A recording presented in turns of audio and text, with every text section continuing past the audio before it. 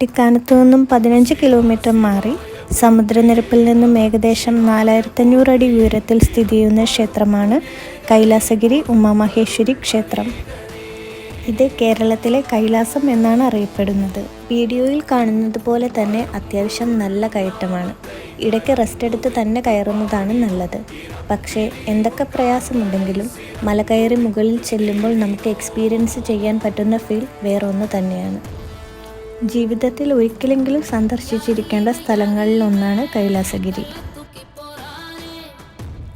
മലമുകളിൽ നിന്ന് ലഭിക്കുന്ന താഴ്വാര കാഴ്ച കൈലാസഗിരി എന്ന പേരിനെ അന്വർത്ഥമാക്കുന്നതാണ്.